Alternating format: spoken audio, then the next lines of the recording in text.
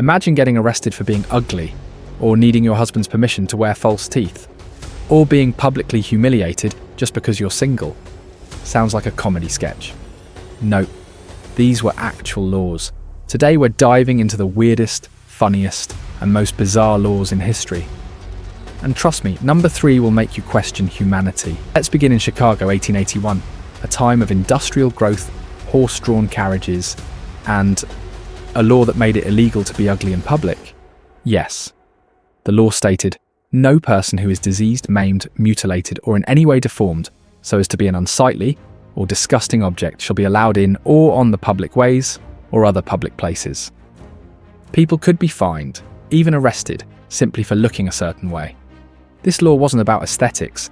It targeted the poor, the sick, the disabled. People's society wanted to hide, and shockingly, it stayed in effect until 1974. Imagine living in fear of your appearance being labelled disgusting by law. A horrifying blend of discrimination, classism, and cruelty, all under the guise of public decency. Next, let's talk alcohol. Early 1900s America. The jazz age is heating up.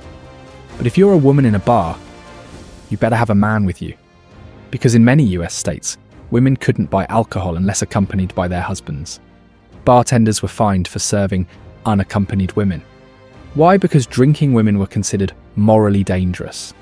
It was about control over morality, over women's freedom, and their ability to make choices.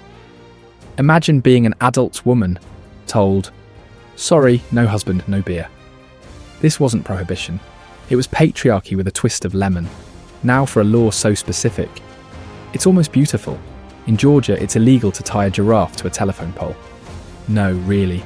During the 1900s, when travelling circuses roamed the South, giraffes became surprisingly common in small towns. But giraffes are tall, telephone wires, easily chewed. So some genius decided to pass a law. No giraffes on poles. No word on lampposts or trees, though.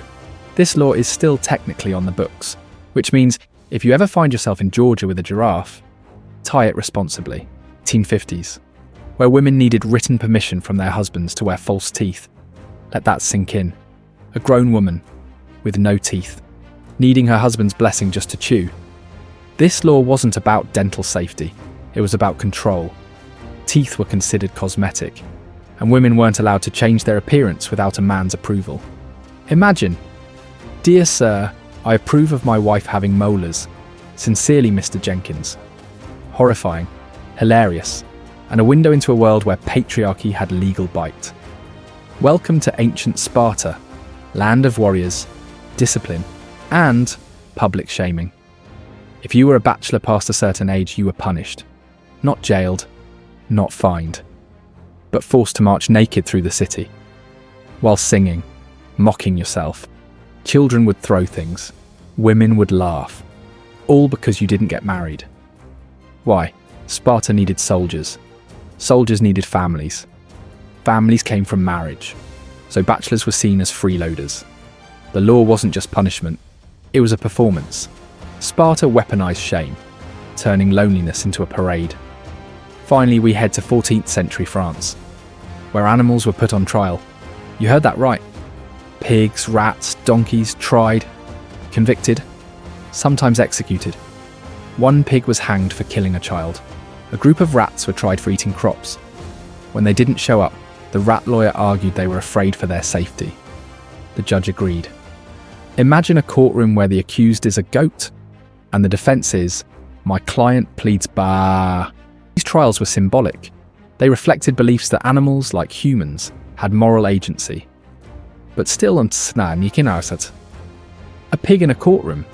History never disappoints. From ugly laws to animal lawyers, these strange rules show us that law is often a reflection of fear, power, and sometimes complete nonsense. So the next time you think, wow, modern laws are weird, just remember, it used to be worse. Way worse. Which law blew your mind the most? Comment below. And if you want a part 2, you know what to do. Like, subscribe. And never tie a giraffe to public property. Stay curious.